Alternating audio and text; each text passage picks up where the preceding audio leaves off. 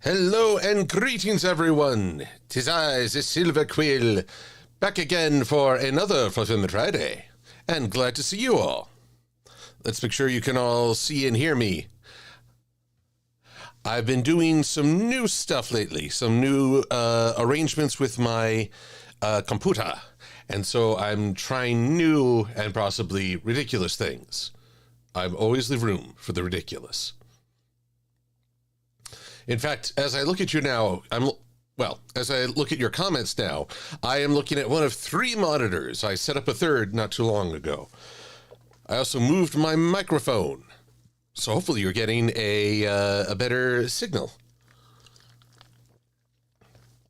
Now, let's see here. I have to check.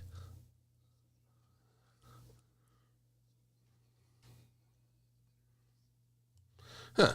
So you're definitely, even though I've muted the stream, what curiosity is this? One sec. I'm just going to try a little something here. Okay, I have checked.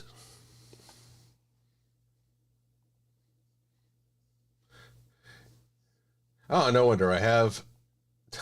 Deja vu, I have the same stream up in two places. Now I can bring things back together. That's better. Much better. Except now I can't see the YouTube chat. Oh, the folly of silvers. Here we go. So, apologies for any wait. I just wanted to make sure that I wasn't hearing myself talking while trying to talk to all of you. It would be quite insane. Very insane. Yes, quite. So, allow me to welcome a bunch of peeps to the stream, including Kamen Rider Jetstorm, Pokemon Fire Eevee, who I believe was wondering what is Silver reading in that book. Wouldn't you like to know? No, seriously, would you like to know? Because I would too. Brian Luna, Evangelion 007, Cherry Fluff Billy Official, let's see, I already said hello to Pokemon Fire Eevee, Commodore Steel. Good to have you here. MLP Trinary, who I will get to see in person next week at Ponyville Ciderfest. And let's see here. Michael Bullington, Nathan Duazo, Courtney Shape Media. And let's see here. Prince Apollo, Streak Arioso, Lady Almathea, Enderpup and Gaiety, Cosmina Inspira, Katie, the NYY Underground Fan 78.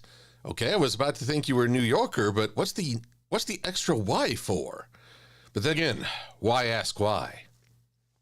Chris, well, also get to see you at Ciderfest. Oh, it's hello, Chrissy. It's good to see you.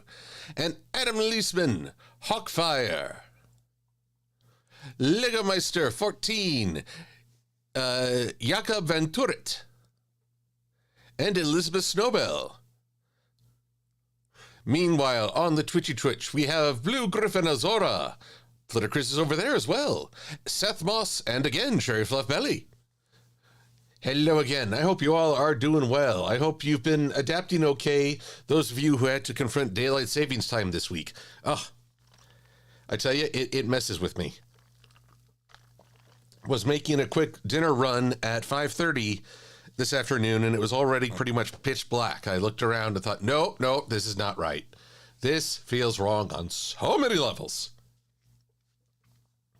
But I had pizza, so that made me feel better. So here we are, and here's the theme. Next week, I will be taking part in Ponyville Ciderfest 2023 in Milwaukee, the 17th through the 19th. And they've got something what I consider to be very innovative, an interactive story adventure. I am tasked with a role in this. I will not give it away because spoilers. I will have a role in this. But, well, I also have several other roles, including taking part in panels. I'm very excited to once again be a part of Whose Line Is It Anyway, where I know Keyframe, Saber Spark, and AC Race Fest will take part, but also Taylor Boy McCardle. I believe he'll be a part of it as well, and I'm looking forward to it. Let's see here. And then Bronies React, which, usually I answer a question or two, but really it's Race and Saber who are the leading talent on that. And then I will be doing an After the Fact Live on the Stairmaster, taking part in 2D versus 3D animation with Minty Root, ACLP, Brony Dance Party, and Argodamon. And let's see here. And then also, I will be with Criz and Keyframe on a panel on Spectrums of Thought, and more about that shortly. Plus, I'll be vending. Keyframe was very kind to share some vending space with me, for which I am very grateful. Seth Moths is asking, who is that? I can only assume it's one of the multitude of people I've mentioned so far. So if you can just specify the person I mentioned, I can do my best to explain. But in the meantime, I must do my best to get ready, which has been no small task this week. For here are my competing requirements. Well, Friday took me totally by surprise. They released another IDW comic, so I had to put together a very hasty review. And boy, it seems like IDW is just pumping out G5 comics left, right, and center with mixed results and maybe mixed appreciation by me. How can I put this? I'm not a big fan of Camp Big Hoof. I feel that it's not living up to potential and that it seems to be playing it far too safe. Meanwhile, I'm thoroughly enjoying the sister swap of Pip and Zip. Their cutie marks are switched along with their roles in society.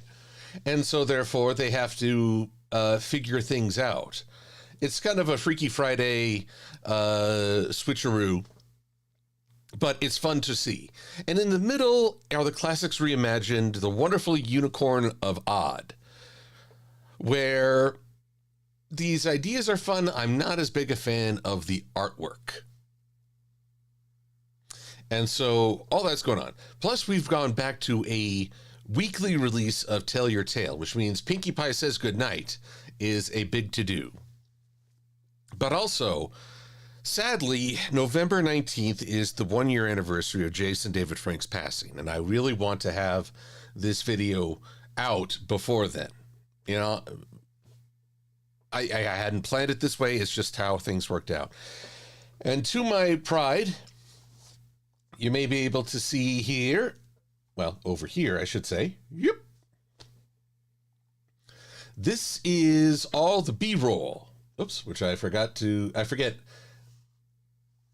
strange thing about Adobe products is that they don't want to send their audio to the computer and the computer sets the output. They want the direct output. So now, the usual format was that the Rangers would engage in the fight, struggle to reach the giant phase, and then the Green Ranger would appear to summon the Dragon Zord and lend support. So you see, there you go. Now you can hear. But I still need to put in all the Silver-Quill poses. So we'll see if I tackle that tonight. I have one other thing I want to do before then. But I'm going to use this timeline just because it's a one-shot deal. I don't want to set up a whole other project for it. But still, those are wonderful home photos. I've been backing them up because my iCloud memory is full. But let's see here. Now, Seth Moss was asking earlier, who is Taylor Boy McCardle? And Taylor is a unique story within the Brony fandom. I don't know quite how to phrase this because I certainly don't want to dismiss him. But his contribution arose during the COVID crisis. He hosts online viewings and gatherings, which were vital for the fandom during the lockdown when all our conventions were gone and people were still trying to figure out how to do things online. Taylor did a great job of hosting events. And at conventions, he's very active in hosting. Why am I so bad at remembering names? He has a specific name for his hostings. And I'll probably remember it after the stream and kick myself. But regardless, because of his work and his involvement at hosting events at conventions, he's often earned the status of community guest. And it's because he asks, how can I help? And I think he does an excellent job of that. You may know him. He is a dedicated Starlight Glimmer fan. And so much so that his trademark look at a convention is shirt and pants with Starlight's image imprinted over all of them. It's just wall to wall, head to toe, Starlight Glimmer. So that is his role so far in the fandom. And the fact that he's now taking part in Hooves Line, I will be very, very, very curious to see what he comes up with. Will he be our host this time? I don't know. Or will he be...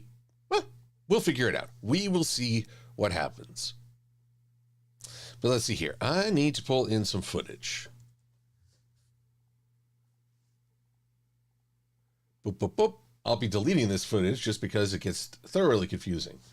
So, spectrums of thought. We're talking about the colors used to convey characteristics and ideas. And while I was talking with my friend Keyframe, we talked about Sprout, who I would argue represents the worst aspects of the color red: rage, anger. But we realized something. He might have a history, and so I'm editing a quick clip to convey this. One sec.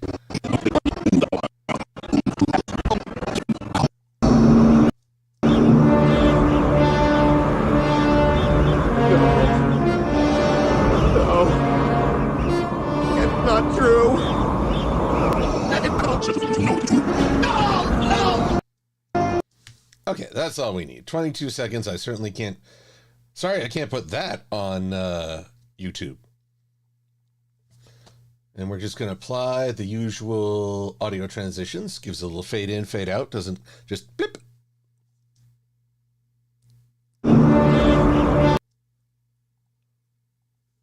Let's see here. Oh, this clip is actually bigger. So let's see here. I'm going to shrink you down just a little bitty bit. Still like the full screen, so... Yep.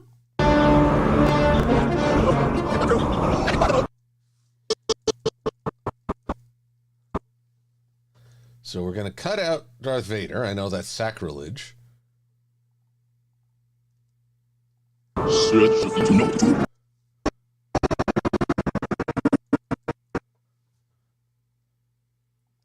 And then up above, let's say... From here to halfway, we'll have Big Mac and Sugar Bell. Ah, geez, this is going to look kind of weird. Oh, well.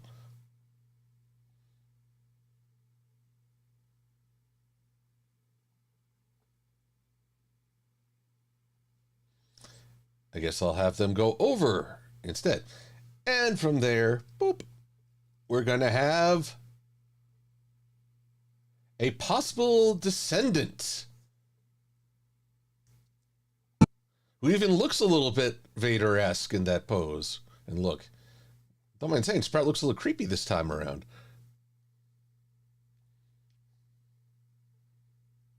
So yes, we're going with the proposition that Sprout is somehow Big Mac and Sugar Bell's genetic descendant.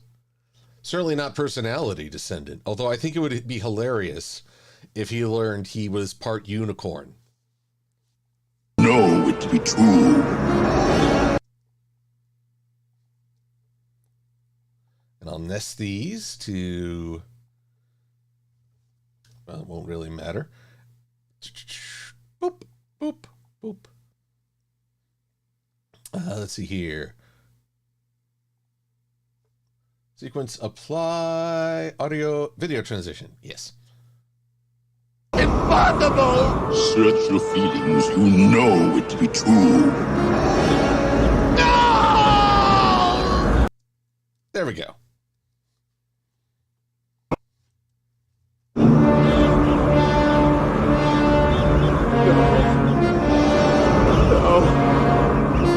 It's not true. Search your feelings. It to be true. No! Good, good, good. All right, so we just export this little clip. We'll call it That's Not True. True. And we'll put it in Spectrum of Thought. Boop. Export.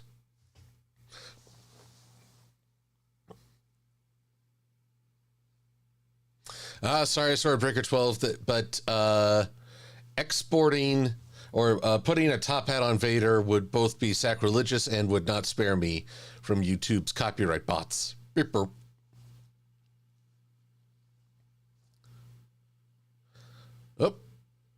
Oh, Enderpup, Minecraft app randomly crashed and deleted all your words. Oh, I'm sorry. I'm very sorry, because nothing worse than when a computer dumps your hard work. Good Lord. 2 minutes and 16 seconds to get this thing together? That's just ridiculous. It's not even that long a clip. Oh, well. While that's working, we'll work on the actual presentation itself. Because here's the thing. I put this together using the online Google Drive of PowerPoint, but I find it woefully unreliable. Woefully. Whoa. So I'm trying to get everything updated, and that's no small feat. First of all, so we're just gonna, there we go, get rid of those. We're going to do some formatting. Let's see here. Shape effects. No, I want text effects. I want a shadow. But then I also want to dictate my options. Let's see. No blurring. Full transparency. Only like 2 points away. Also, said font needs to have just a little bit of an outline. Just a little bit. How do I do that? I'm much less familiar here than I am. Here we go. Reflection, bevel, glow. No. Text outline. There we are. Solid line. Just simple black. And let's make the width 0.1. There, see, you can kind of see, while it makes the font look a bit more narrow, it also helps it stand out better than the rest of it, than the font below. So let's fix that as well. So once again, one, I don't want bullet points. Pew, pew, pew, pew. Okay, we're good. We finally exported that. Actually, what am I doing? Let's just get rid of that. Save it. I don't need my Jason David Frank tribute. Invaded. Doop, boop, boop. We'll come back to that later, I think. I want to see how much I can accomplish before we get things going. How much can I get ready in for Ciderfest before I get ready for everything that's happening alongside Ciderfest? Busy times. Then I get home and lo and behold, it's Thanksgiving. It's crazy talk, I tell you, peeps. Let's see here. Champ to stay. What is my favorite type of solitaire? The one where I win. I only play the classic solitaire. I don't know. Actually, that's been a weird thing lately. You probably like, oh God, he's actually taking this seriously. For reasons I'm not entirely sure why, I have actually taken up solitaire. And part of that is just, something to clear the mind or refocus or try to keep a bit more sure, Shadow, here we go. Blur, no transparency. 3 points. Marvelous. But yeah, people are probably like, oh God. So, but I only know the normal solitaire. I'm amazed though at how the ads try to just fill everything. It drives me nuts. It really does. Especially, what's up with this box? it especially bothers me how they lie. I mean, it looks like all this great graphics, and of course, it's none of that. It's a lie, a sham, a shammy sham shake. Why is this box? Let's do a quick little check here. Slideshow from the current slide. Yep, it's there. It's a box. I don't know why there's a box, but there's a box. There shouldn't be a box. Not very much dare you, box. Oh, let's see here. Swordbreaker 12 has arrived. Excellent. Well, glad to have you here. Shocker 27, I am actually working on PowerPoint presentation. As we talk about the keyframe, Chris and I will talk about the spectrum of colors and how they each influence our perceptions, not only of an event, but of characters. And I'm just trying to give a little bit of extra stuff. Add a little extra panache.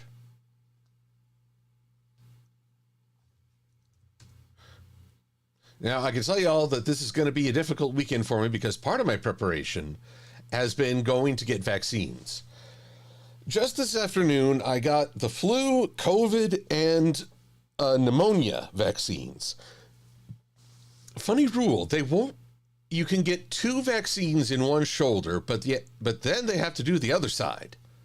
Because apparently one shoulder cannot bear the weight of 3 vaccines. I figure that I am going to be so tired this weekend. Just like, bleh. But better that than feeling that way at the convention. Or putting people at risk. No. I will be the model of health as best I am able.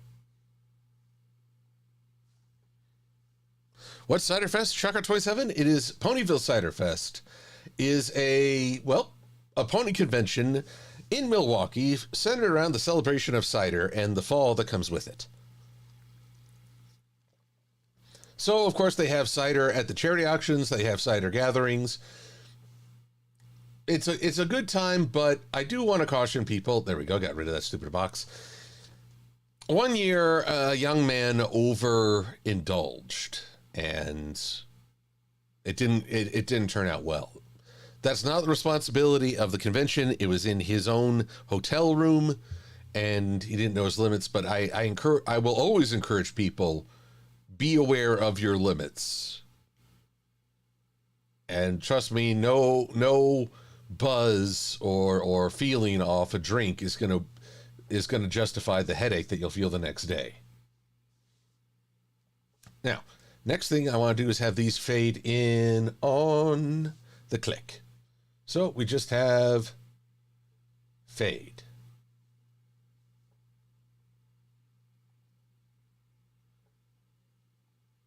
And then these guys, I want them to fade in as well, but I want them. Effect text animations. We want them on the first level, which there's only one level, so that makes it very easy.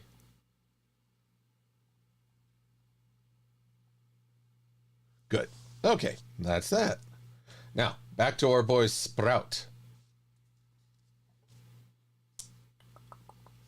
Shape format, shape effects, shadow, none. This should be text. This is the trick I have learned.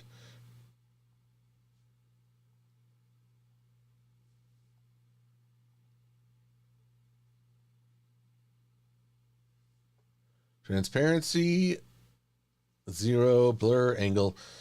Wish I could set up like a preset on this. Be a lot faster. But hey, what you gonna do?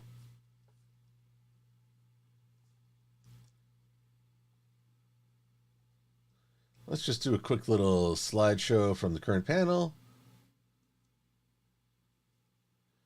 Okay, not quite what I want.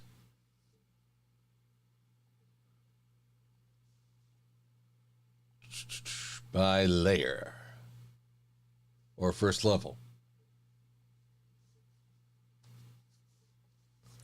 All right, so then now I can take my trusty dusty. That's not true. That's impossible. Come on, you can do it. Computer's processing. Ooh, it's a gigabyte in size. And let's format this video. Animation.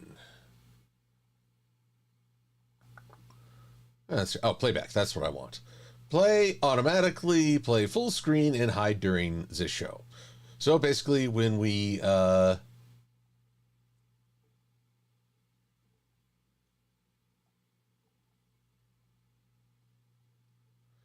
to a new slide, the video will stop automatically, and there we are. I'm just going to play from the current slide. I just want to double check one thing. Yes, yes, yes, yes, yes. Woo! Yes, yes. Marvelous. We're coming along, and I'm hearing the wonderful sound of a donation. But I have to double check. Trinary.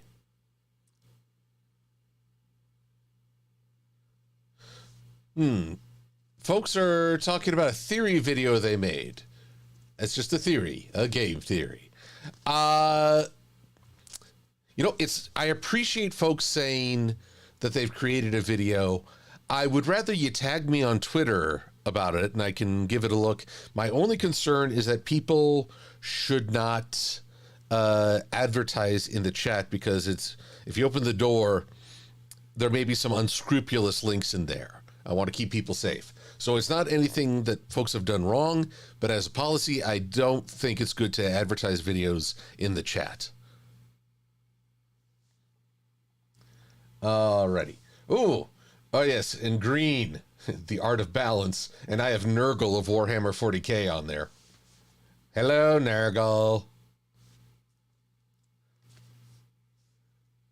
It's actually quite fascinating. I'm not a huge Warhammer fan, but I have, thanks to the Emperor's speech-to-text device, I've gained at least some insight. And some, how shall I put it? Some form of understanding of the themes and ideas involved. I've also had the pleasure of talking with Fiora the Tank Girl, who offers her own insight into this. Text effects, shadow options. Thank you. And the usual. Bing, boom, bing. Oh, bing bong. Man, I'd actually like to see a Space Marine in Princess Twilight's court. Or maybe it would be Sunny's court. These unicorn creatures are performing a ritual. Is it heresy? I think it's heresy. Do you want me to shoot the heresy? Why does no one want me to shoot the heresy?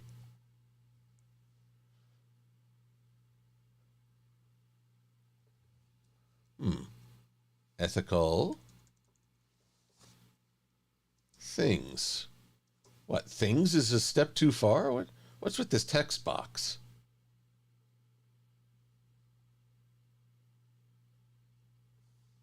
Oh well.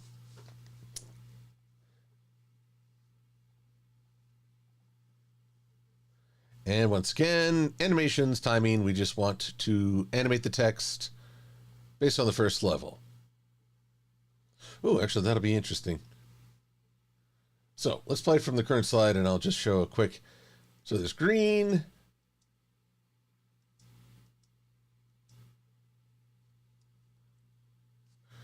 All right, so I'm just going to move that on up to numero. Whoa. Didn't want that to happen. There we are. Much better. You know, I realized that this probably sounds a little dull. Let's see if Pretzel.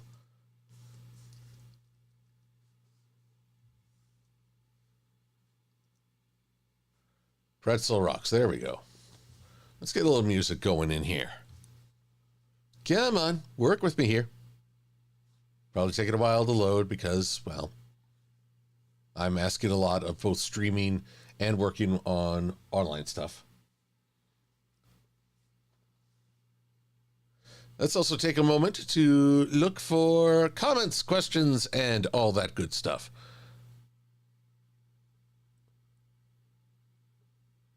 Cosmo Inspire, you see, you're looking at, good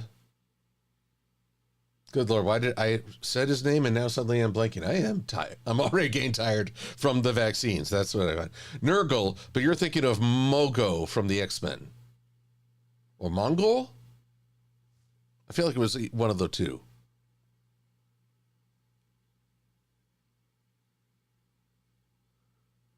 Okay, trying there. There's actually been multiple fan fictions about Space Marines in My Little Pony, but the Thousand Sun Space Marine in Twilight's Court.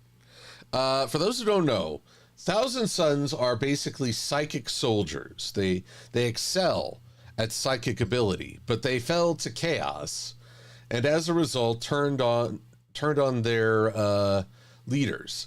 But here's the thing: thanks to a spell or psychic attempt that went way, way wrong, they all got turned into sand. And now, one, their slogan is "All is dust." It's a bit on the nose, and they basically their armor pieces contain the sand. If you shoot up the armor, the sand floats out, but will eventually gather again and come back. They're basically unkillable, but also highly delayable. And so they've got a lot going against them. I can see why they're kind of cheesed at the status quo.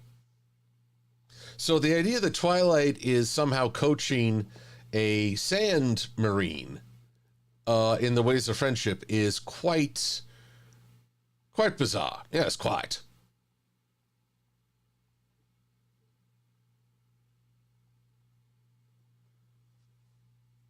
And let's see. And of course, the animation. And there's that stupid outline. No outline. Go away, outlines.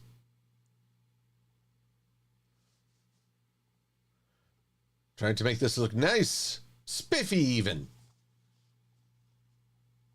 Okay, Pretzel Rocks, if you working with me? Telling me to log in. Log in with my Google. Alrighty. Featured label Insomniac. Sorry, but I've had enough of Insomniac thanks to the games. I was thoroughly enjoying Spider-Man 2 and finished it. And loved every second of it. Spider-Man for the PS4 and Spider-Man 2 for the PS5, only games where I will actively seek out the side quests, if only to enjoy swinging through New York. And what a New York it is. All right, how am I sounding next to all this music?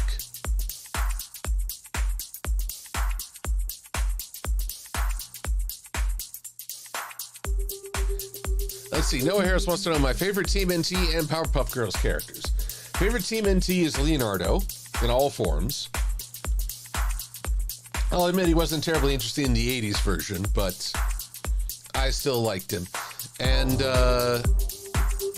Powerpuff Girls, Bubbles.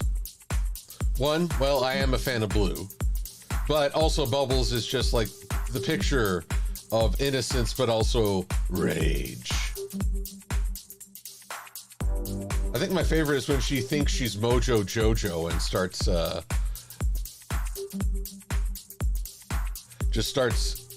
ranting like he does. What's the matter, Buttercup? Afraid I'll work the skirt off ya? Oh, I did it again. Let's see here.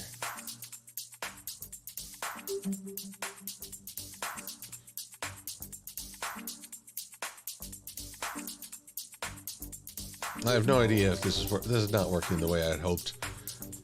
It's because I downloaded this, everything is a Google shape. So let's just do a little slideshow run through. Treachery. See, this is what happens if you go with the shape shadow. It's there even if I have to fade in the text. So let's get rid of that shadow. No outline, no shadow. over here, we want shadow. And we want the options.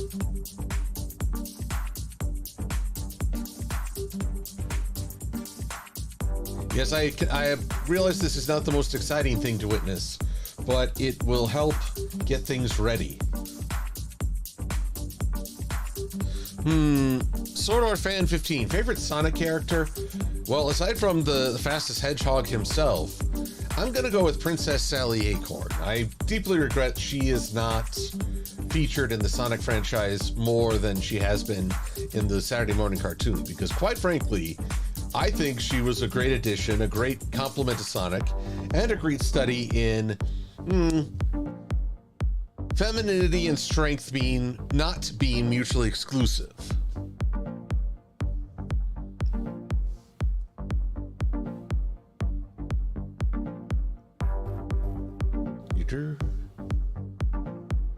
And let's see, we had a shadow here, but we need the options, yada yada. You've all seen this dance.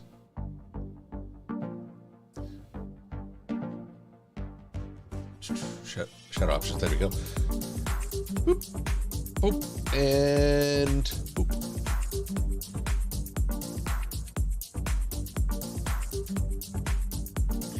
Let's add a little, let's just make that 0.1.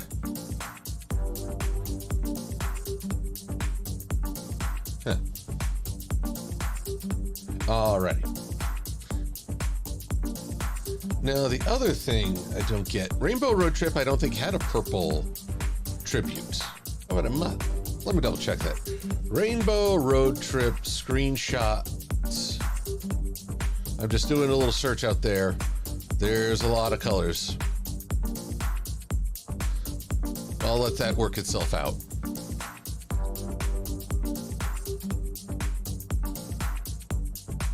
Brian Luna, you say that Sally had a bog roll in the Archie comics. You mean a bad roll? I thought, well, okay, I meant the comics went on far longer than my interest held. So I don't know if she had a bad roll or not in that regard. But I do consider her a great addition and really wish they'd bring her back. Sharka27, Rapunzel may be yellow for her hair, but her dress is a heavy emphasis on purple, which includes the themes of power and royalty. Plus, she's also very artistic and a big fan of following her intuition and integrity. All right. There are other updates I need to do to this presentation to make it ready, but I feel like I've done this enough that it probably got boring. Let's move on, shall we?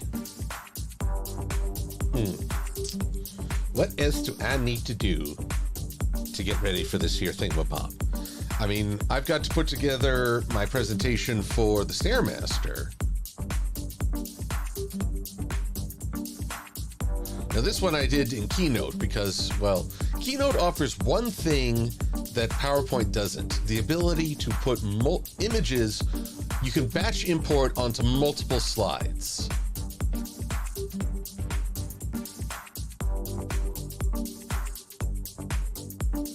Which I've done right here.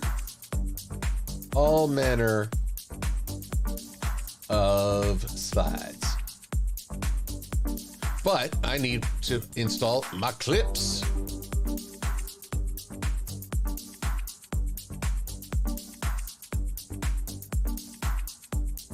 How am I ever gonna get this done?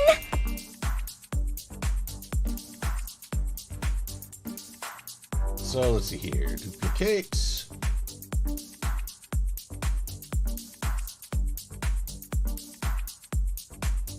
Let's see here. Although I admit that this movie is not quite the same. Controls, repeat, none. Start movie on click. Let's see what happens if I play this from here. Ooh, and then, boop. How am I ever gonna get this done? Okay, that worked, but it was on the other side of the clip. That's weird. Or it was on my third screen, so none of you saw it. Okay. But you know what? I realized this is something I could do privately that, again, this is just me formatting a slideshow. You all deserve something more intense. Well, intense may not be the right word, but at least involved.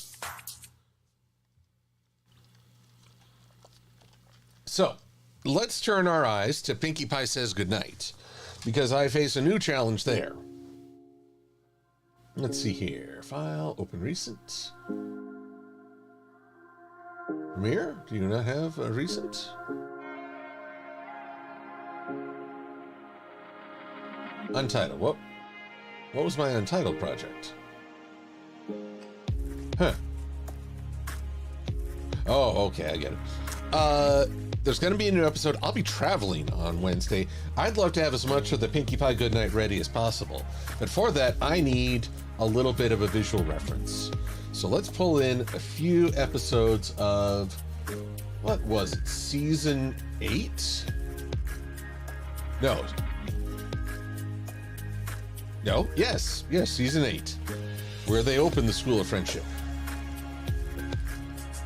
MLP season 8, School Days 1 and 2, Mod Couple. Nope.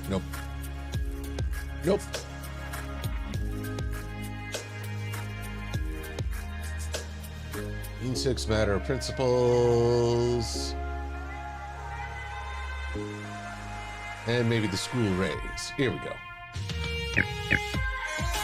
And once again, I'm just gonna fill out the Frank Center.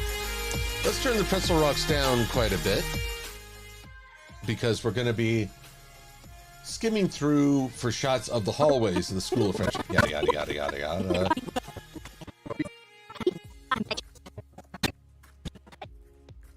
Not your dress.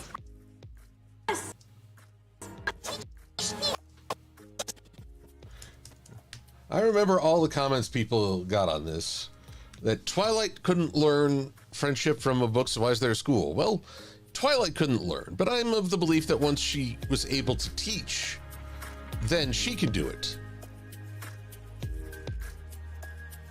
Big roll. Oh, there was a typo in my presentation, Brian Luna says. I will find it. I will correct it.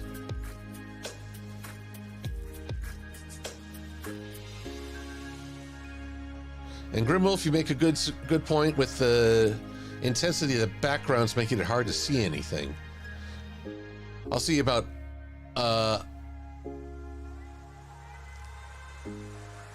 I'm misunderstanding Brian Luna. But Grimwolf, you make a good point. I'll see about tweaking the background colors to make them a little less distracting.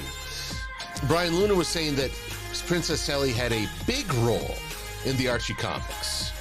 That's good to know. That's good to be sure of. I sort of went in and out on the comics, and then they suffered that terrible copyright lawsuit, lost half the characters, and had to do a reset the world, basically. Teaching? They're gonna think I'm an egghead.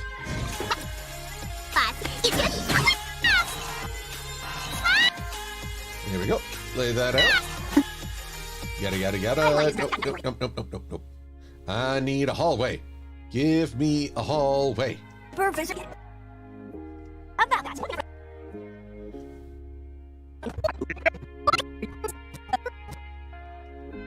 Come meet Smolder. Introducing some of the best characters. I know people were like, hey, these aren't ponies, but they're still really good characters.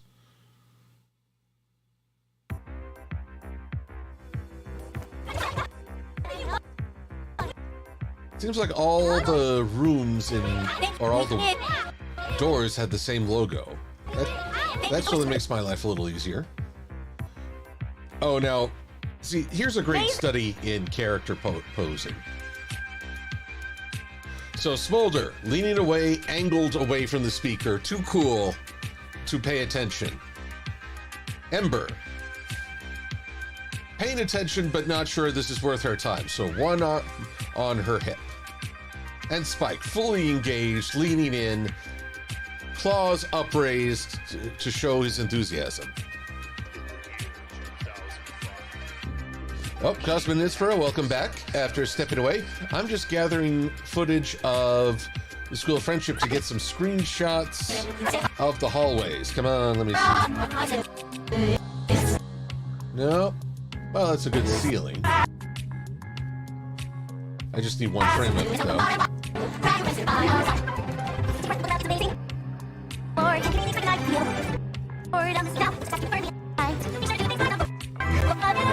Okay. That stupid book's in the way. It's so stupid in multiple ways.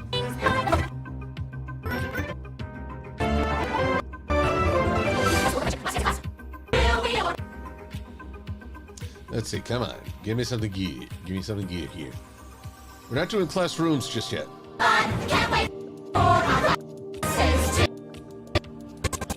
There we go. That's good enough.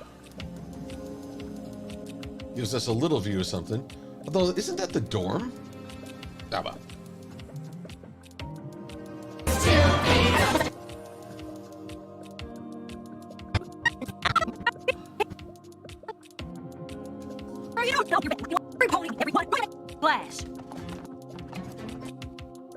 Okay. That's a good shot, too. Let's get a few more. I like to get as many reference shots as I can. Here we go. Here's a good hallway shot.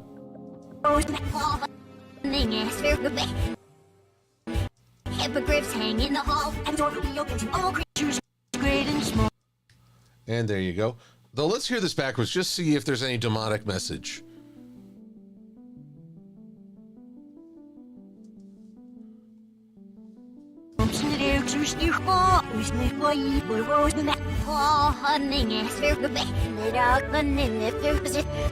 Unfortunately, nothing.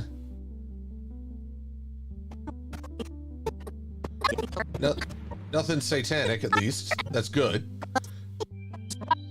And as Trinary points out. Oh, you're right, Trinary. This is a very good shot of the hallway. Quite the hallway. Hey, Professor Dash's class is this way. Skipping, are you? That's exactly what we're doing. What brings us down today? There we go. There we go. Non-compete clause. Is there anything actually in?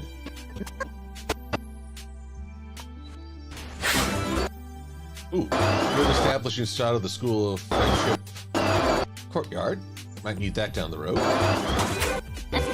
Hallway is good.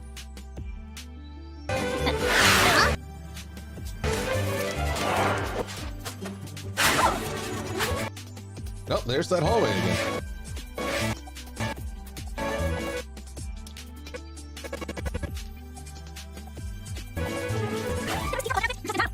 Yeah, right. Okay. Non-compete clause was mostly outdoors and is honestly best forgotten.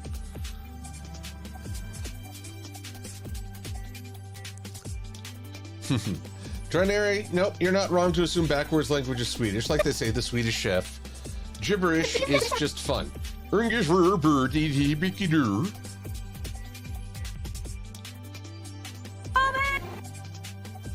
Okay, this scene's better for students' classrooms, but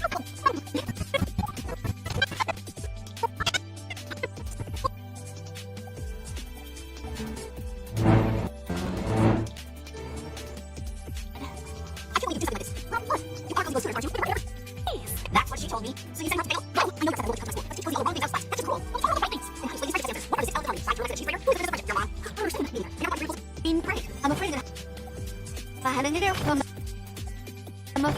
I'm gonna have to ask you to stay away from my school. this was the opposite of Twilight at the what was it? The After Break Club? The episode where they're telling all the different holiday traditions from different cultures.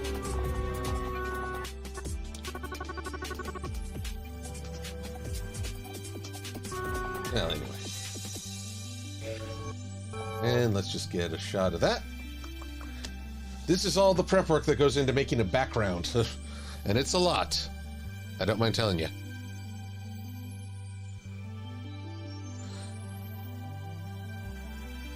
Blue Griffin, you're not a fan of Cozy Glow, huh?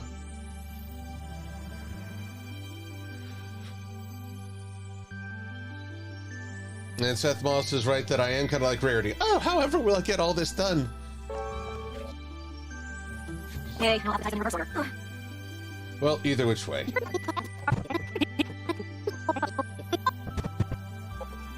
Scootaloo? And that's a... Ooh.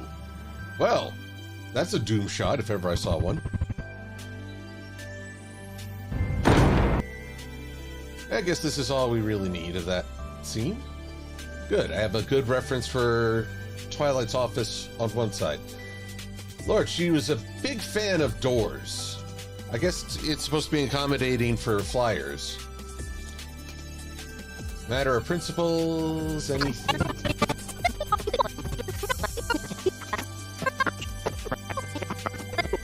Yada yada. Discord was a complete tool in this episode. The artifact.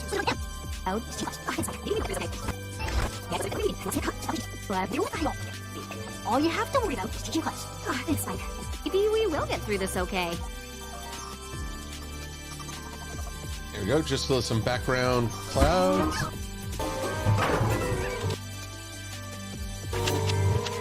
You know, if someone told me, can you make a background of this? I'd say, sure, give me 10 years. My hat goes off to the staff why am I suddenly, it's not Boulder Media. I've been too used to saying that. I'm going crazy. Or just exhaustion. With the production staff for G4.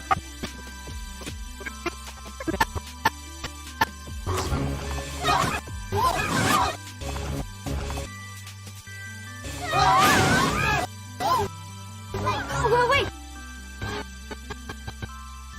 Good intersection there. DHS. Oh, hello, Voice of Reason. Thank you.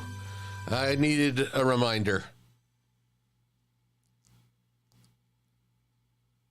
John Elgem, you're wondering...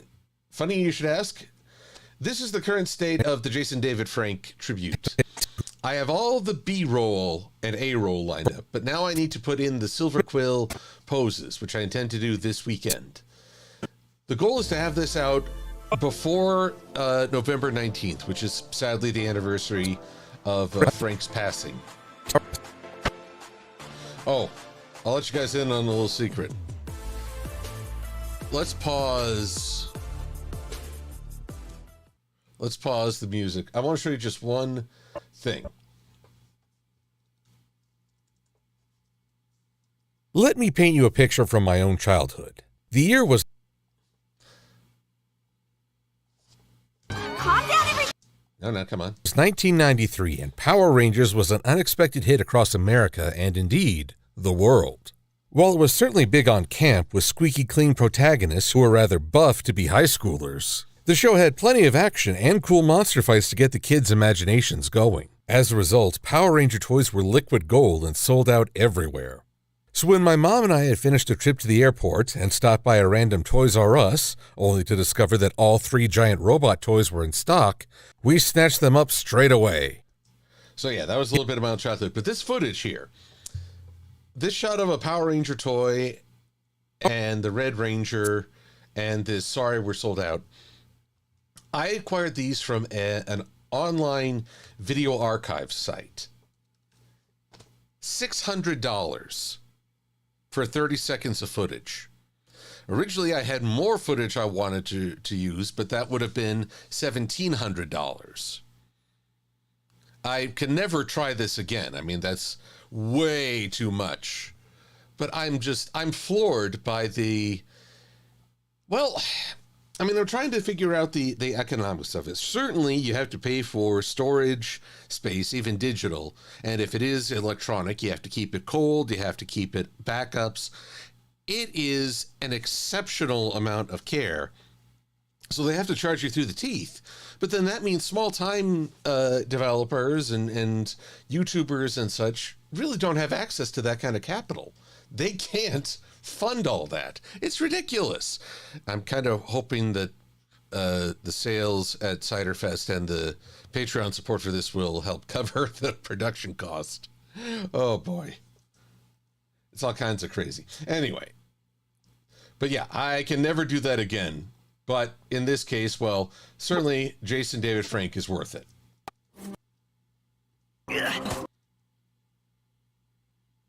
And so I can say when the dream completes your friend starts rolling. You're right, writing to you about the friendship lessons he's learning. I'm not sure I'll ever get used to it. Of course, if he really wants to know friendship, he could just come to school. Oh, perhaps you said through. Now, with Cozy Glow, I would expect a demonic message playing. Professor Sparkle? The mail pony just gave a few things. You think too. I wasn't sure with them.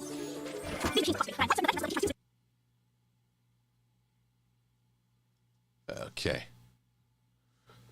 Oh, Pokemon Fire Eevee, this is the worst episode for you? What makes it the worst in your eyes?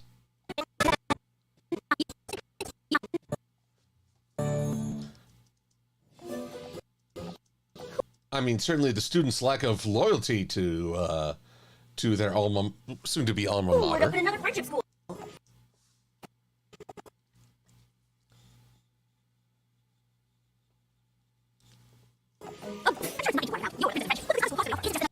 Friendship school. So hang on. They're arrayed in a circle, yeah?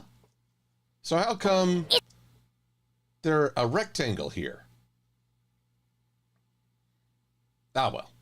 It's a lot of very different creature heads. It's a university. It says they teach the same lessons as competing schools in half the time. Twice the learning. And it's in Las Pegasus? Okay, you know what? Applejack needs to talk to the... No, Rainbow Dash needs to talk to this group about loyalty. That's all there is to it.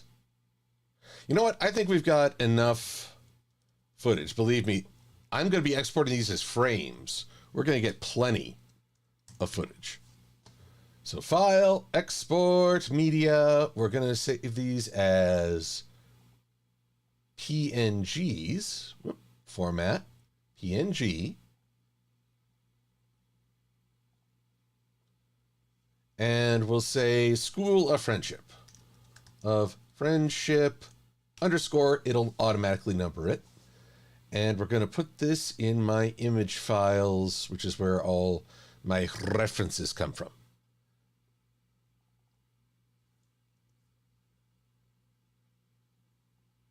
Range, source, into, out.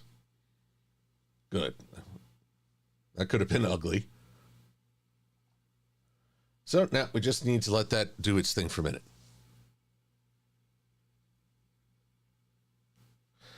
Jerry Phillip, I'm exporting a whole bunch of stuff to start in on a background. So let's say I'll work on a background of the School of Friendship hallway for about half an hour, and we'll close out doing some posing for the Jason David Frank video. Seth Moss, my response to those who say Flim and Flam weren't that bad in their first episode since the product was legitimate. My question to them, to those folks who say such things, why do you assume it was their invention? These guys are scammers, charlatans, swindlers. They probably conned some pony out of that machine and are now presenting it as their own. So, and plus, going from we're willing to share an imbalanced income with your family to we're just going to steal your farm outright makes it pretty clear they were never intending a fair deal with the apples. These guys were scummy from the get-go.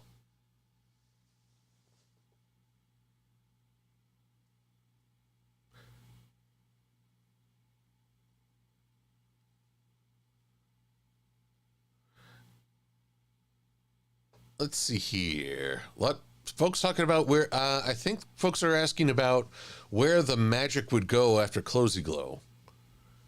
Let's see here. Ponies themselves are always attracted to shiny things.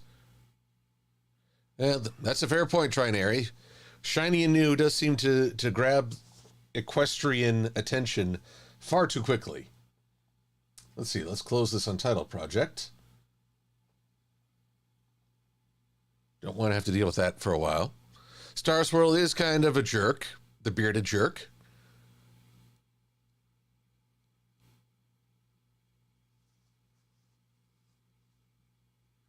Let's see here. The question, what would have happened if Cozy Glow won and the magic went somewhere else? Well, here's the thing. When you drop a new power or a new resource into the world, well, sorry to go to this extreme, but when splitting the atom became a thing and nuclear power was now a possibility, there's a mad scramble who can control it first and who can militarize it. I think that's, well, it's practical. It's also heartbreaking.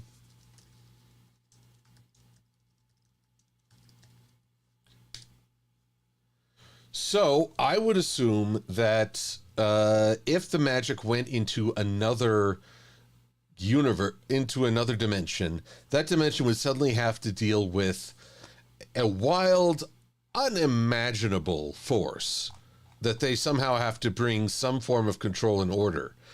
So really, Cozy would have sent two how can I put it? Cozy Glow would have sent two dimensions into complete and utter chaos and despair. So, to La Rue.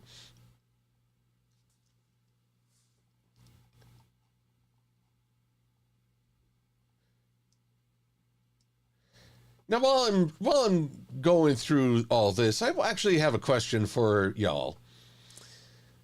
And it has to do with something I really want to do, but I fear my options are too limited.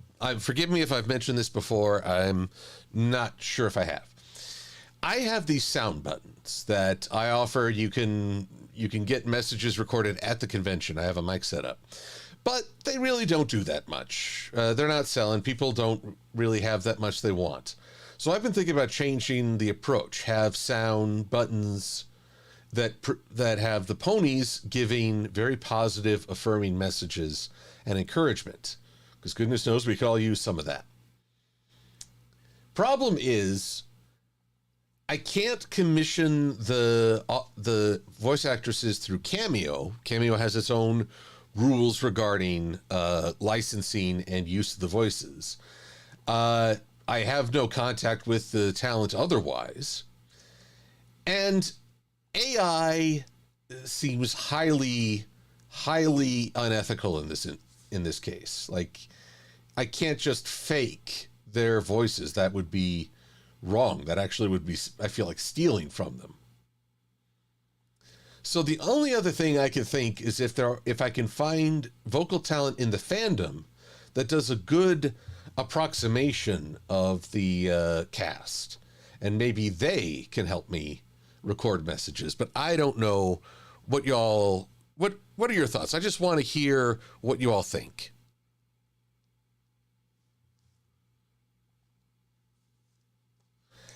And so, and I shall restore the music of, that's not the music of Pretzel, because we could use just a little bit of music while I jive.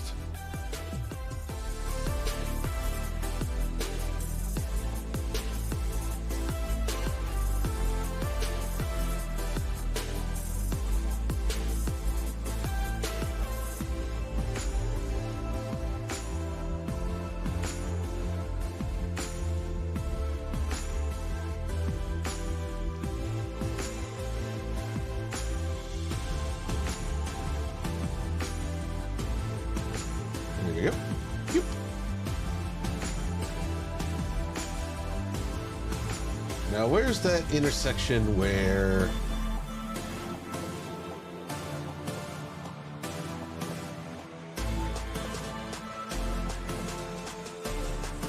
I want to find that intersection where, like, Smolder.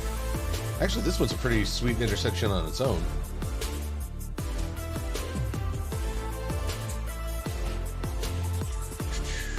Professor Egghead. I always like that.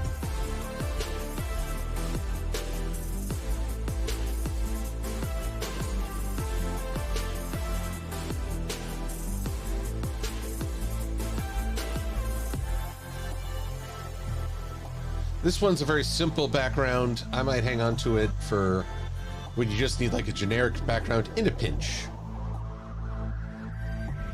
But come on, show me the good stuff.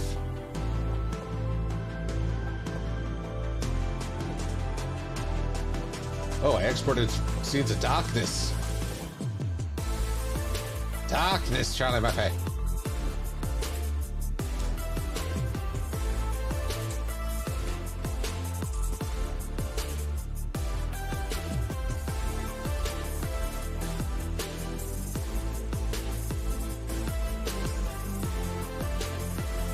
See, even wider shot.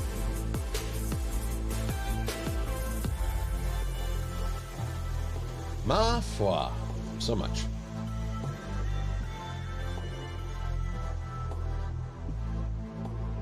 Let's leave the Twilight office alone for the moment. For the moment. Come on. Ah, there we are.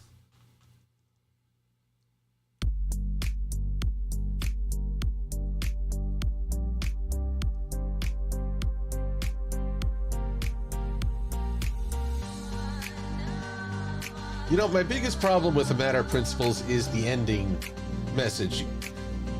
Discord may have been justified in feeling a little slighted that he wasn't included, but his actions are not justified, even in that instance. Like, he harassed the students, sabotaged their education. He should not be rewarded for that behavior.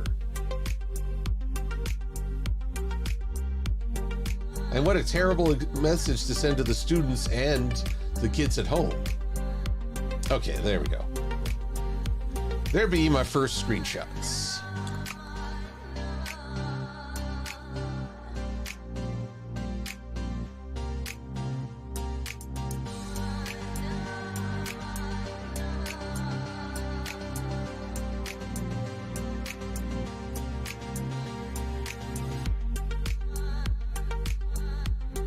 Okay, so folks seem to be saying Harmonic agrees that AI feels like theft. Community talent is a great way to go for it. Brian Luna would go with fandom BAs. Grimwolf suggests Scribbler. I appreciate that.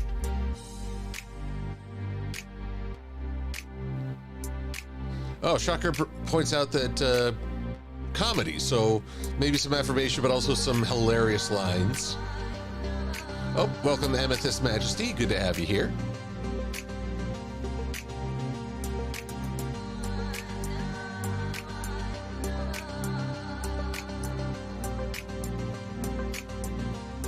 And let's see, Brian Luna also points out that AI is very lifeless. Well, that is very true. Okay, so folks seem to be of a united voice. We would rather favor the fandom voice actors and actresses over any mechanical imitation. I mean, like, in a perfect world, I'd find a way to get in touch with the actual vocal cast, but even then, I imagine they face some very real limitations.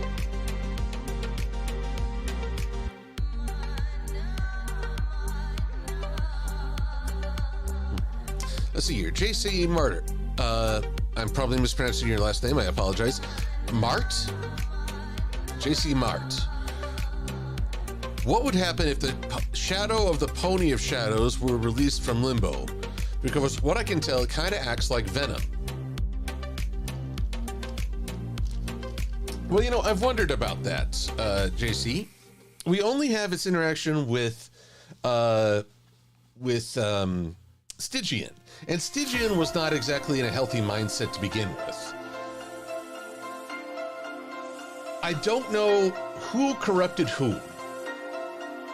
Because I'm of the mind that, well, in Jungian studies, the shadow self is not something that you are trying to destroy. It's something you're trying to, in essence, reconcile with. You're trying to, tame may be the wrong term, but trying to find balance.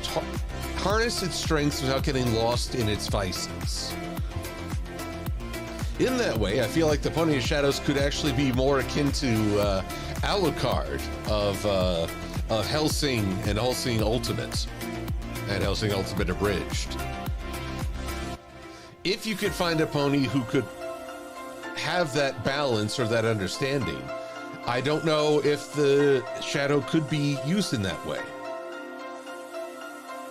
Although I will say someone was, I saw a video a little while back where they were claiming that it was Peter Parker who corrupted the symbiote in the Spider-Man 2 game.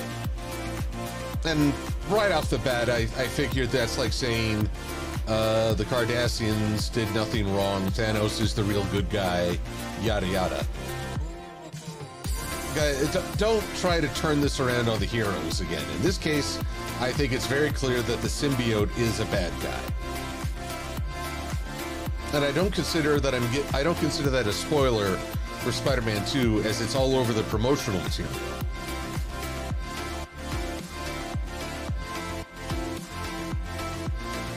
I mean, and I think anyone who's had even a passing interest in the Spider-Man franchise knows that symbiote got its start in one place, wound up in another, and boy howdy, now it's just a big old meanie.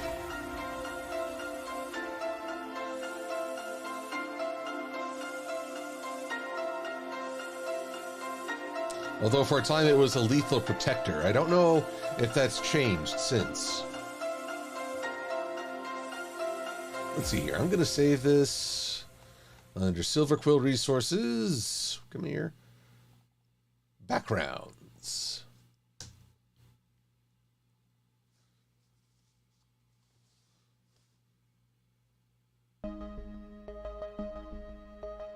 Swordbreaker 12.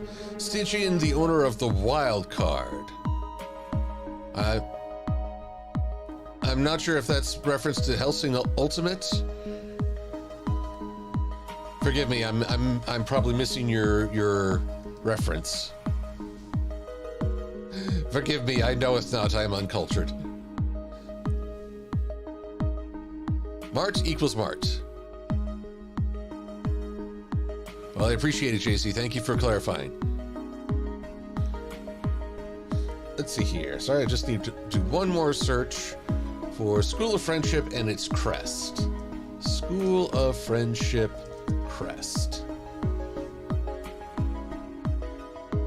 Oh, how instantly.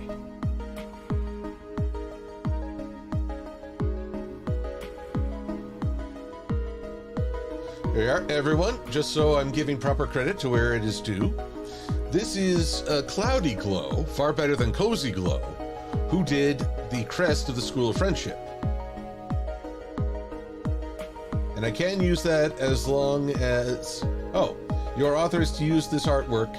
Doesn't even require attribution? Attribution? I'm suddenly not sure of how to pronounce it.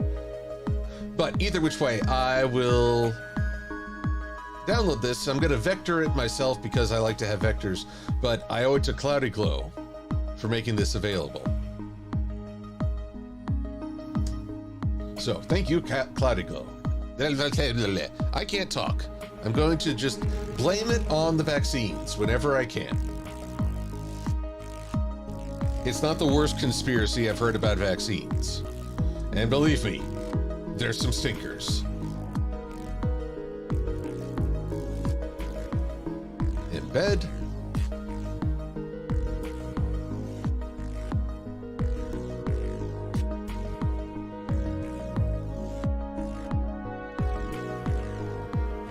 My philosophy is you don't want to take a vaccine because yada, yada, yada. Well, I guess that's your choice. But when you are intentionally denying your children, now we have problems.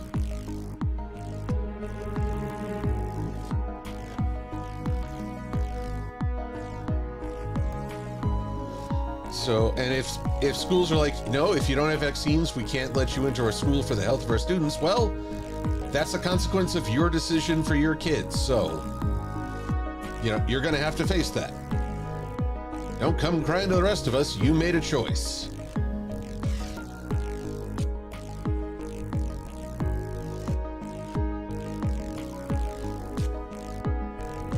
Let's see, what is the seventh jewel? Komodo Steel Wonders. 1, 2, 3, 4, 5, 6. And of course, Twilight.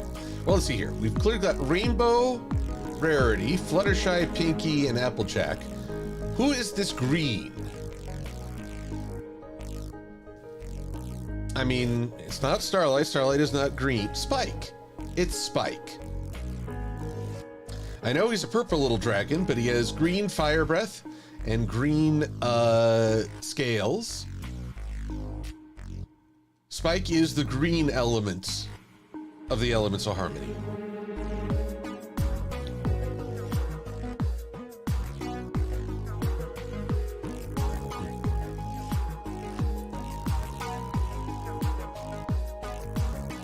Let's see here. Rusty Heraldry. Do you consider Venom to be just a villain, or other iterations of Venom you consider to be anti-hero? Well, to be honest, I've never been a very big fan of the anti-hero thing. I mean, I know Wolverine makes it cool, but honestly, anti-hero always has rubbed me the wrong way as a justification for being awful and not trying to live up to an ideal. And there's a saying, ideals are like the stars. We may not be able to reach them, but we can navigate by them. But yes, Venom can be an anti-hero. He can pursue a good goal through less than pure means. He can fight to protect others, but his questions may be dubious.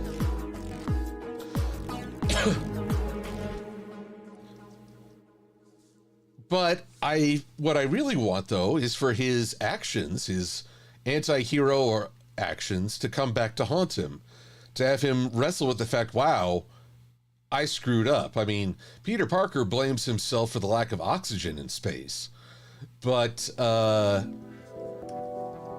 Venom, I remember there was in his comics, in a breakout, he killed a guard, and that guard's friends became a vigilante group trying to bring him to justice. I don't know if he ever took true pause to realize the consequence of what he'd done. He just made the justification. No, it was an unfortunate event. It had to be done. You think, no, that's bull. You could just have knocked him out. But no, you went for the lethal blow.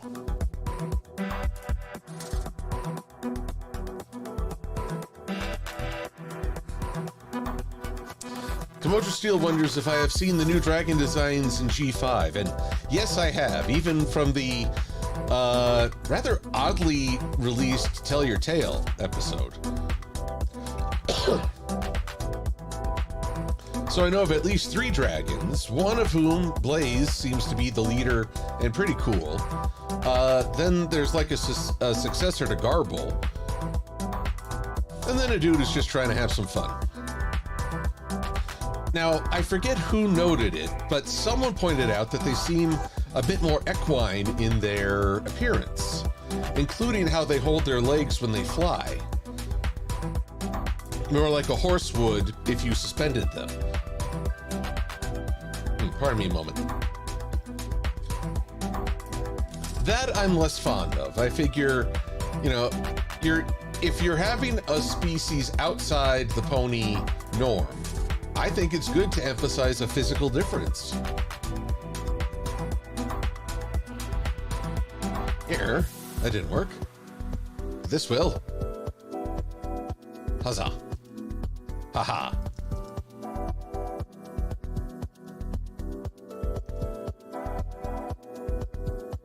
And then this part's pretty easy. You just boop, and a boop, and a boop.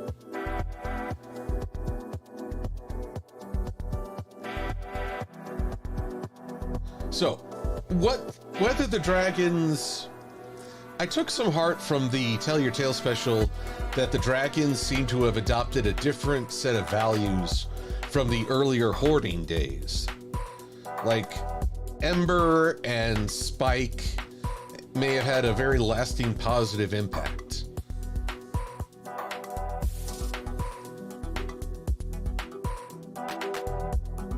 But it remains to be seen.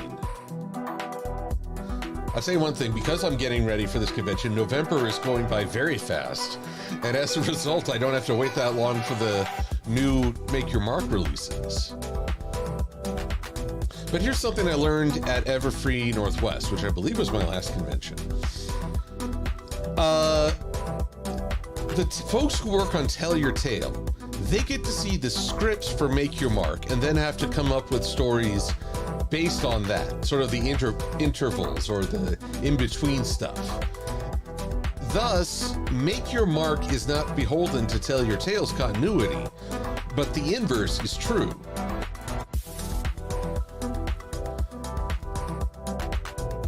So that's a rough go. And I wonder what will happen when the Tell Your Tale becomes the main show for G5.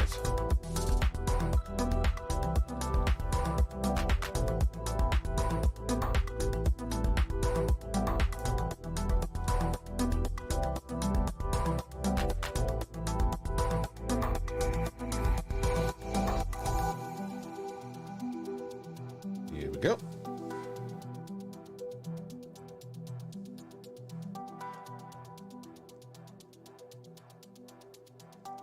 There we are.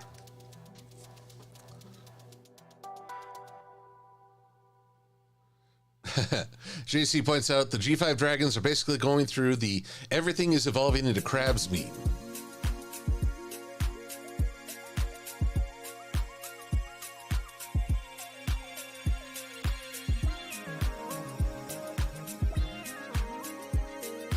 Now let's see here. Swordbreaker, you're offering advice on HDMI splitters. You know, I tried that with my new setup, but I must have done something wrong, or rather, I couldn't get it to split the signal two ways to two different screens. Oh, and this was great. For a time, the sound, my speaker system would cut out,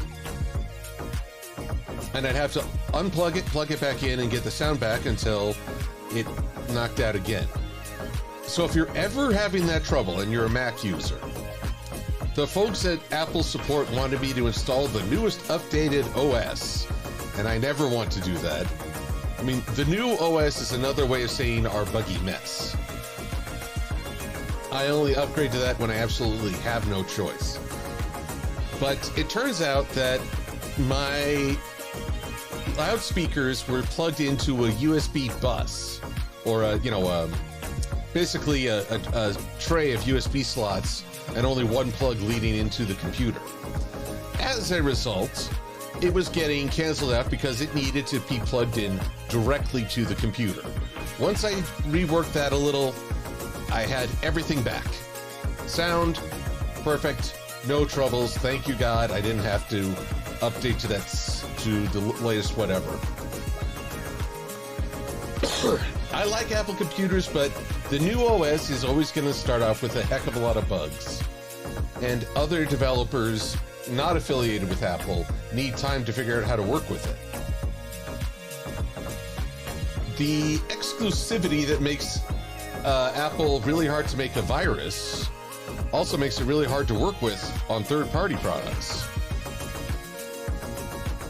And I can safely say Apple has not considered a YouTuber's lifestyle a priority in gathering footage and working with different formats. That's why we have to rely on third-party programs.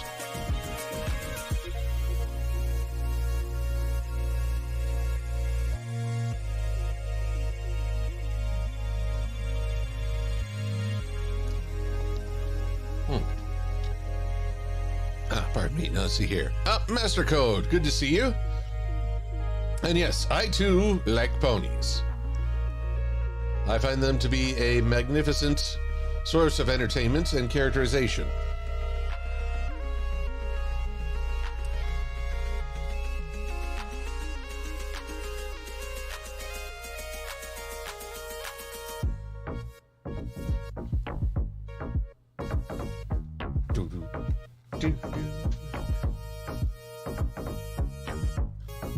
Let's see, we're coming up on the 7th. Well, it's going to be 7:30 my time.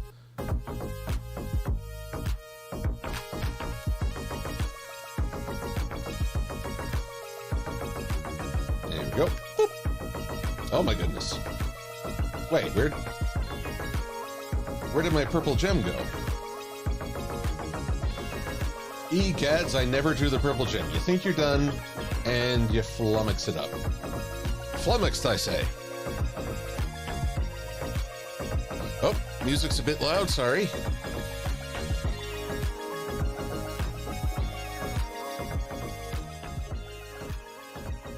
How about there?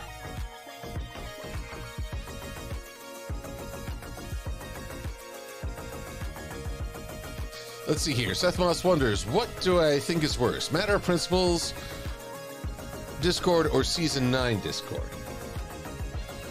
Matter of Principles Discord. While Discord flubbed up epically in Season 9, he was trying... In essence, it was his version of Lesson Zero. He was trying hard, and he made a mistake. Trying to do good and messing it up. I can at least appreciate that. Matter of Principles is just the petulant child.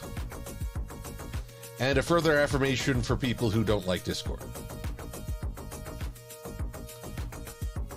I will better appreciate a character who's trying to do good and messes up due to their own limitations, difficulty in perspective, you name it. But I'll take that over any character who's just doing it because they're petty. I have to deal with enough pettiness with the human race. I don't need it in my pony stories.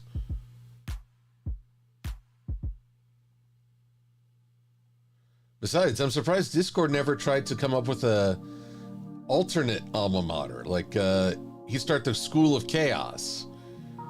Train all future villains. That'd be something. Can you imagine a rivalry between the School of Friendship and the School of Chaos? Even though the School of Friendship having a rivalry would actually defeat the entire idea of a friendship school, wouldn't it? Oh dear.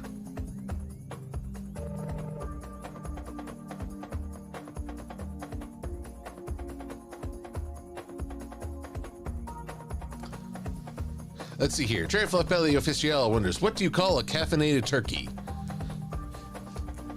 Perky turkey.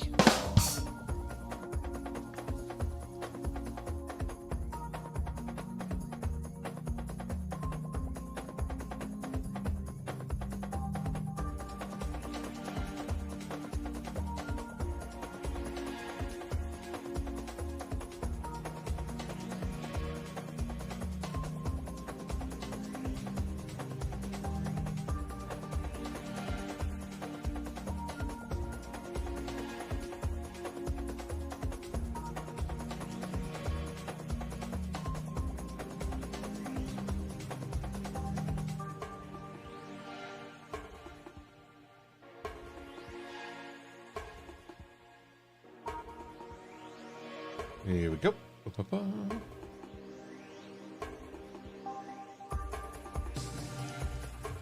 All right, so let's send that to the back.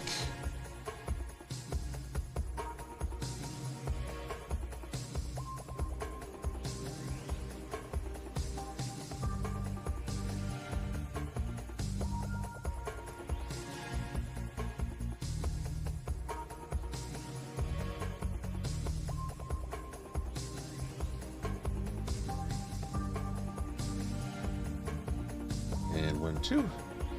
This is just a little trick to get things going. Okay, so you, and you. Oh, and I guess I'll need this too. Boop.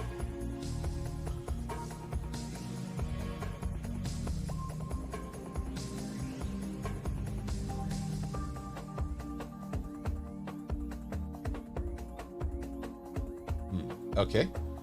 Gotta get rid of those. Nope. Didn't do that quite right. Let's try again. First off, you and you cut out. Now you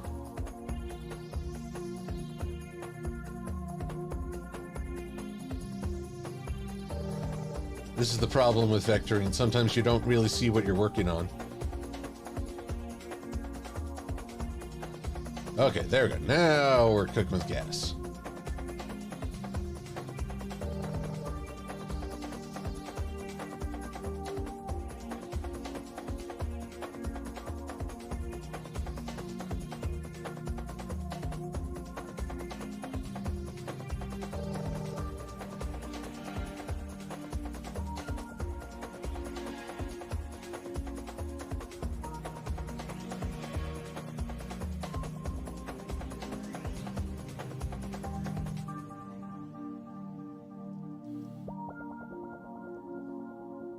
There we go. 1, 2. Let's get you united. And a 3. There we go. So, if nothing else, I've managed to create the crest that will be part of the hallway of the School of Friendship. Egads. Any progress is progress, but boy, I've got a lot of hallway to put together. So, for this last bit, let's bring back the Jason David Frank.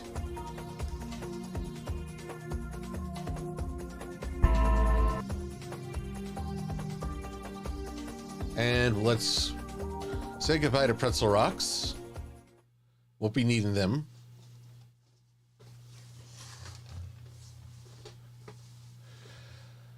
Ha-cha-cha. Let's see here. JC Mart wants to know if they're curious whether the real Grogar will be used in G5.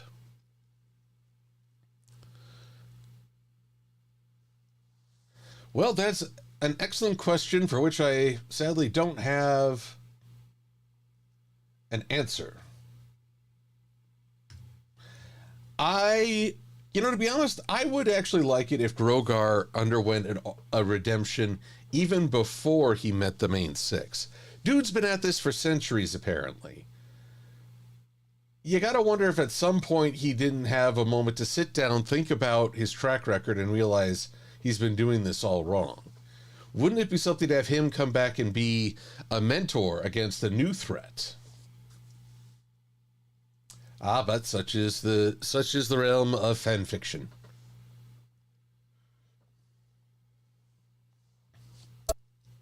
Of reactions reminds me of Optimus Prime's death. And as a fan favorite, few enjoyed the idea of him being gone. This list of reactions reminds me of... Okay, so first things first, I need to extend this. Few enjoyed the idea of him being gone. This list of reactions... And I'm going to have to be a little creative. Here we go. Whoop.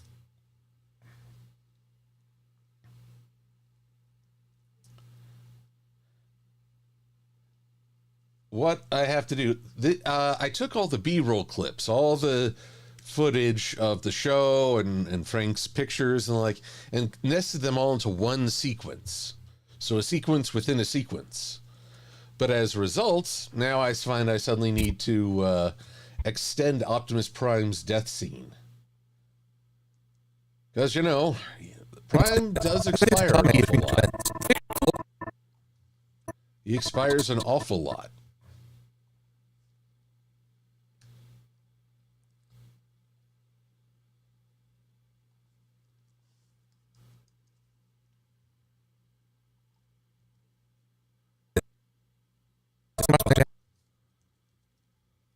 Few enjoyed the idea of him being gone. This list of reactions reminds me of Optimus Prime's death. But I think there's a common idea between... All right, so profile, well, I'm a thinking. I'm a thinker, you name it.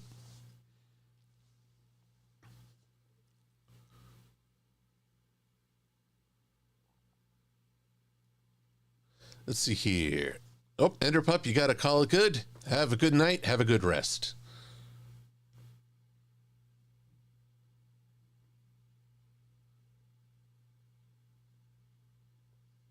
Let's see here. Okay. And I think there's a common idea between the two events. And let's see here.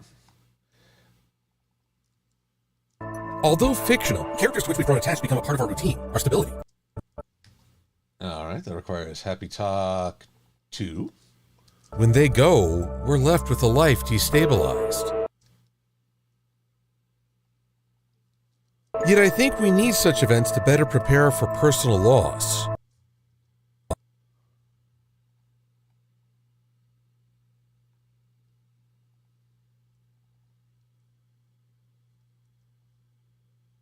loss.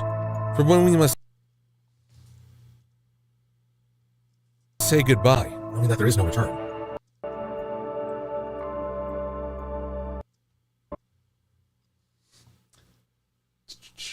Now I go to the head-on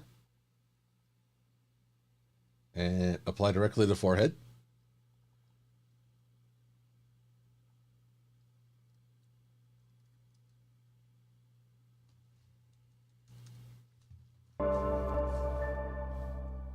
Let me paint you a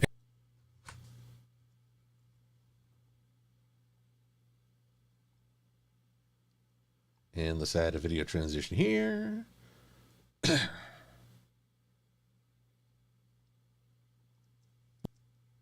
Let me paint you.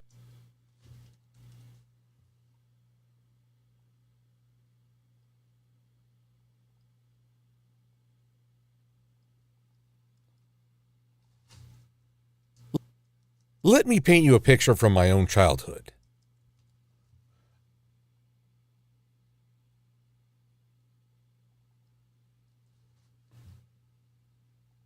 The year was 1993, and Power Rangers was an unexpected hit across America and indeed the world.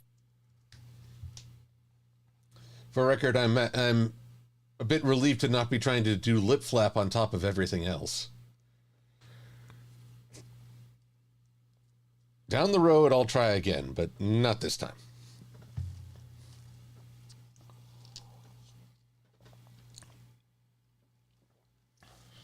JC points out, if we had a nickel for every time Optimus Prime dies, we could have probably afford a soda.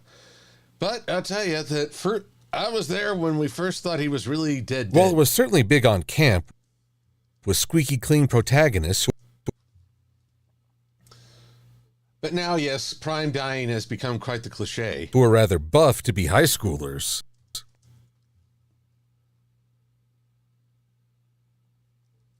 The show had plenty of action and cool monster fights to get the kids' imaginations going. As a result, Power Ranger toys were liquid gold and sold out everywhere. So when my mom and I had finished a trip to the airport and stopped by a random Toys R Us, only to discover that all 3 giant robot toys were in stock,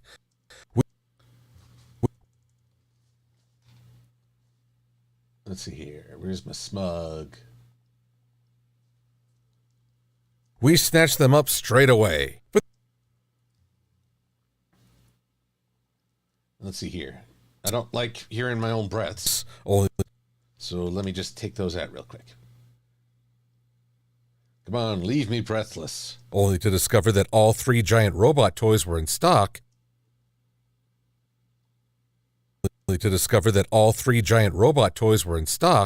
We snatched them up straight away. But there was a little something extra included with the Dragon Sword.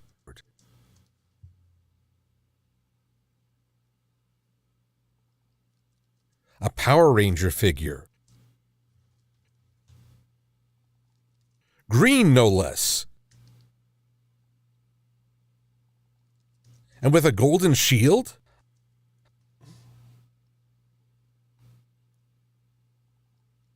I was hyped before the first TV promo even came out.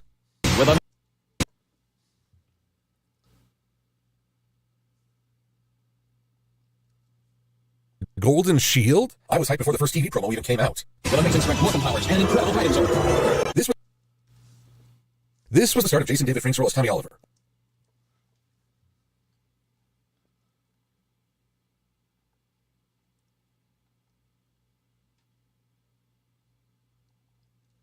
A character and actor contracted for 14 episodes, who would become the face of the franchise and hailed as The greatest Ranger. Oh boy. When I think about what has happened to some of the actors for Power Rangers, including the guy who played Cole, Seth Moss wonders why Zyuohger was skipped. That's a tough one. I think it has more to do with the Minecraft-themed Zords. Or, well, yeah, I'm going to call them Zords, but spirit animals, guardians. The Minecraft theme may be more of a legal hurdle here in America than in Japan, but also a bit behind. It's also probably really hard to figure out a storyline with the animal people. But mostly I feel like America is trying to move away from relying on Sentai footage, and we're not far from the reboot of Power Rangers on Netflix. But if you asked me to point out an episode that affirmed why he deserves such admiration... So, I wish I had a more concrete answer, but it's hard to know the mind of executives. I don't think I could do so.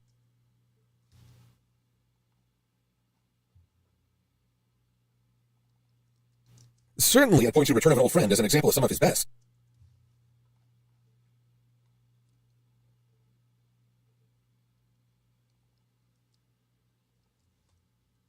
But that episode only works if you understand what came before and what was to follow.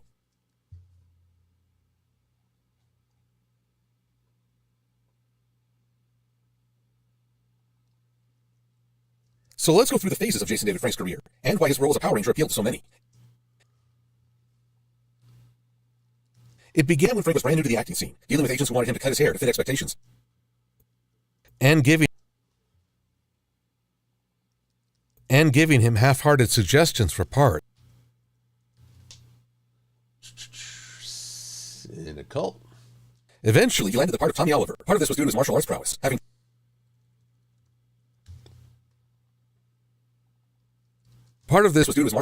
having trained since he was 4 years old.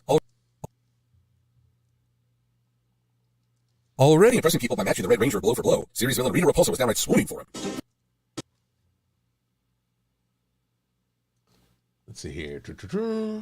Blow for blow, series villain Rita Repulsa was downright swooning for him.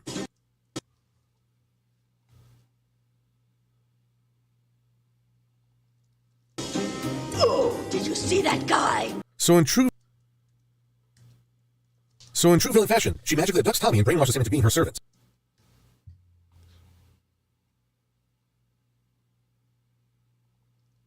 And over the course of 5 episodes, he pushes the team to their limit.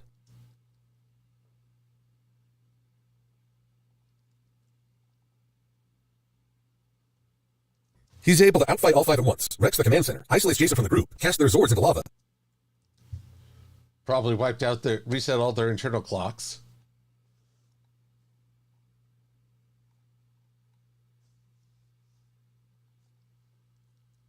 And then goes on a rampage with his own Dragon Zord. He's whooping them so hard that the Rangers consider giving up.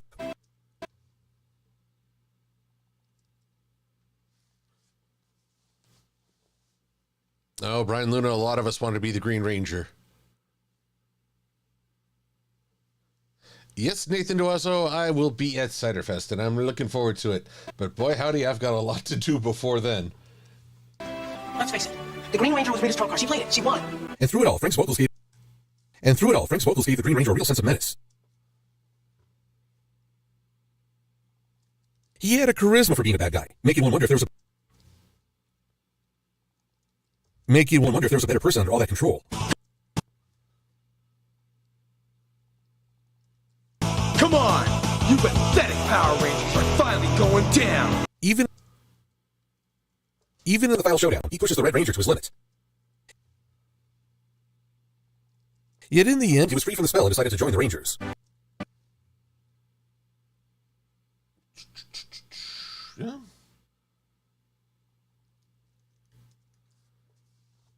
Yeah, see, this goes way faster than having to look through all the footage. So this will at least go a little bit better. But boy, I've still got lots to do. Many miles before I can sleep.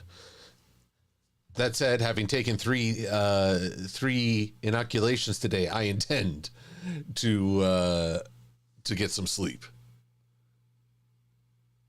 Oh, yes, Swordbreaker. When I first heard the Go Green Ranger song, oh, so hype.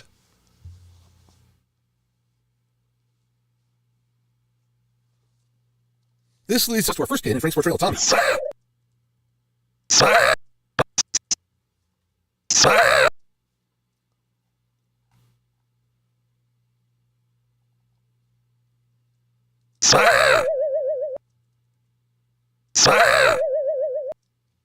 Okay, let's see here.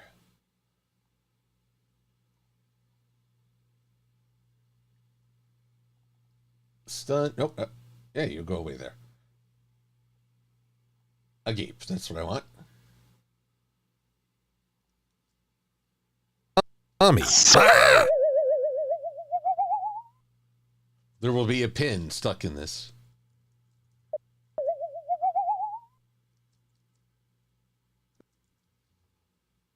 And let's see here. I'll have silver peak up. Now, what can I use for... Look left, right, look up. Oh, good. I do have a look up emote. The original 5 Rangers were given the choice to become heroes.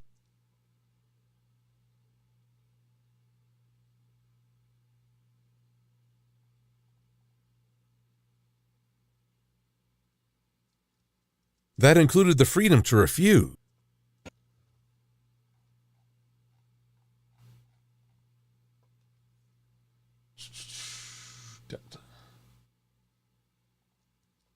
I tell you what, it's been real, but I gotta go.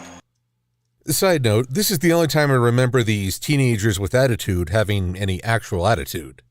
And that's the truth. I've never known them to have much attitude beyond that. Attitude having any actual attitude.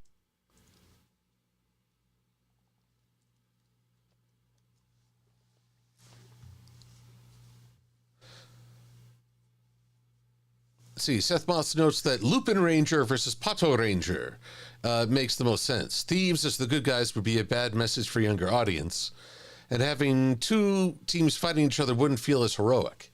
Yet, ironically, I felt like Pato Ranger had some truly heroic moments when, like, Pato Red was willing to take a bullet, essentially, for civilians behind him.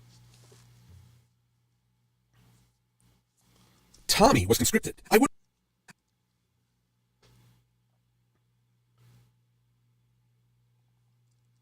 I wouldn't have blamed him if he simply turned in the coin and walked away. Instead, he stayed on and became a semi-member of the team. So let's see here. But yes, I agree that parents would probably not want their kids to be celebrating thieves, even though Lupin, not just Lupin the Third, but Lupin in general, is pretty famous, at least in, let's see here. Years ago, when I took a trip to Italy, turned on TV and kids were watching a cartoon of a character named Diabolik. You may have seen, if you've watched Mystery Science Theater, you may have seen honestly, it might be one of the final episodes of Diabolik being this great thief. But apparently they made a cartoon of him.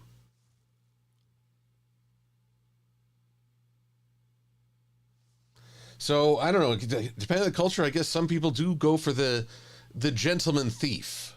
I say semi because an odd trend started.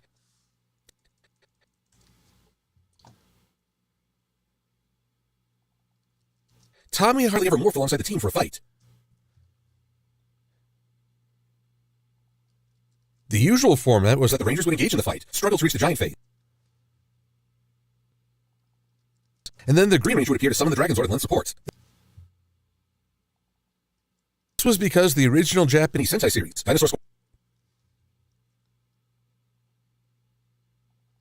Dinosaur Squadron Zyuranger, Zyuranger, I am singing a theme song of a foreign language, had put a limitation on the footage.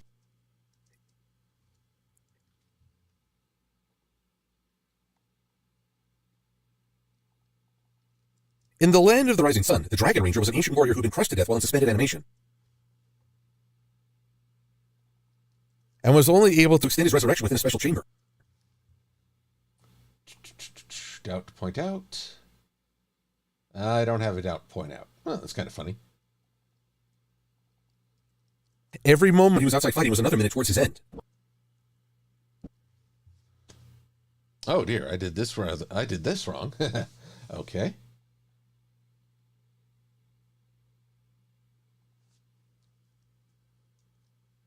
Let's grab this one. Boop.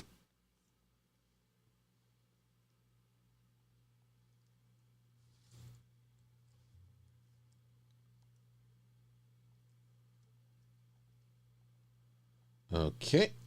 Both of you, I will remove your attributes and then copy and paste others.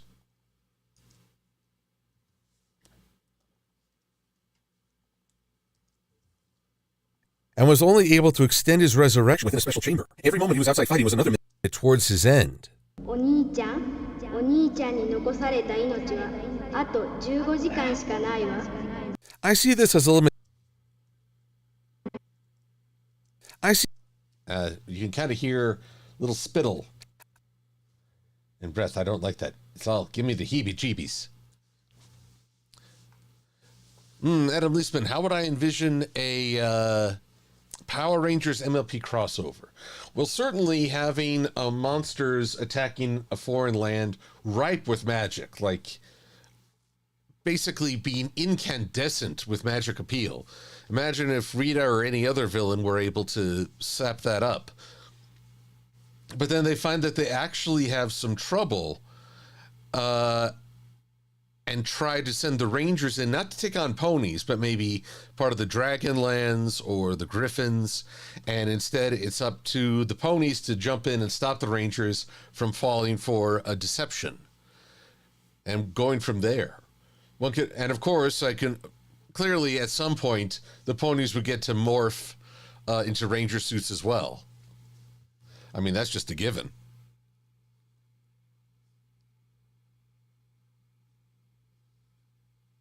Let's see here. Country Shape Media. If we took video game heroes from rated E games like Mario and Sonic and made them to Power Rangers, who would be what color? Well, clearly Mario would be red. Luigi, I think, would be blue, despite expectations. Let's see. Peach is obviously pink. Daisy is yellow. And I guess Toad, or the various Toads, would be a Black Ranger. Or a green, depending on if you wanted to go that route. But then who would be the rogue Sixth Ranger of a Mario game?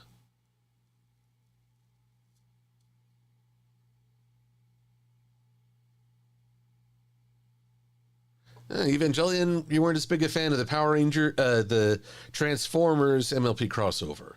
I enjoyed it, but I guess if you're looking for more of a war theme, you're just not going to get that out of MLP.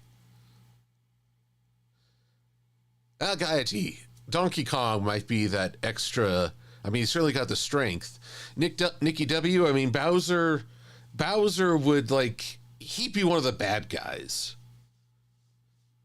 He'd want to be, what Power Ranger proxy would be good for Bowser?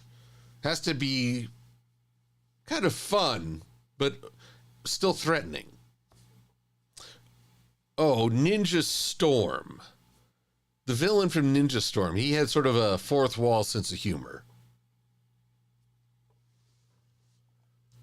I see this as a limitation placed on the Dragon Ranger so that he couldn't dominate fights moving forward.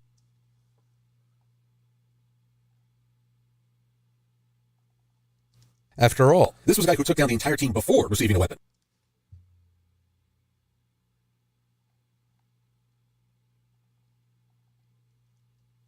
So better to keep him in timeout until the next battle.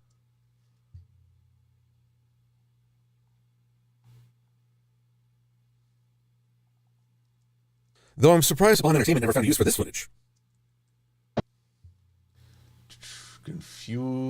I am confused.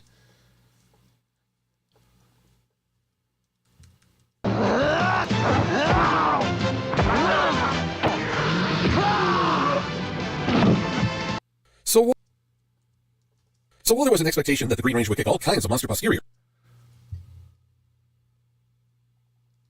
truth was he was more of a summoning device for another giant mech. And there's nothing wrong with that. But we've got 5 minutes to go, and I feel like this is a good stopping point. I'm more than 5 minutes into, what, a 25-minute review? Video? What have you? Once I get this done, laying out the background is next to nothing, and then it's just importing a background sequence in celebration. I've already gathered art pieces celebrating him. So I'm on track, and I'm glad for it. Oh, but like I say, there's much to do, little time to do it, many miles before I can sleep. Let's see here.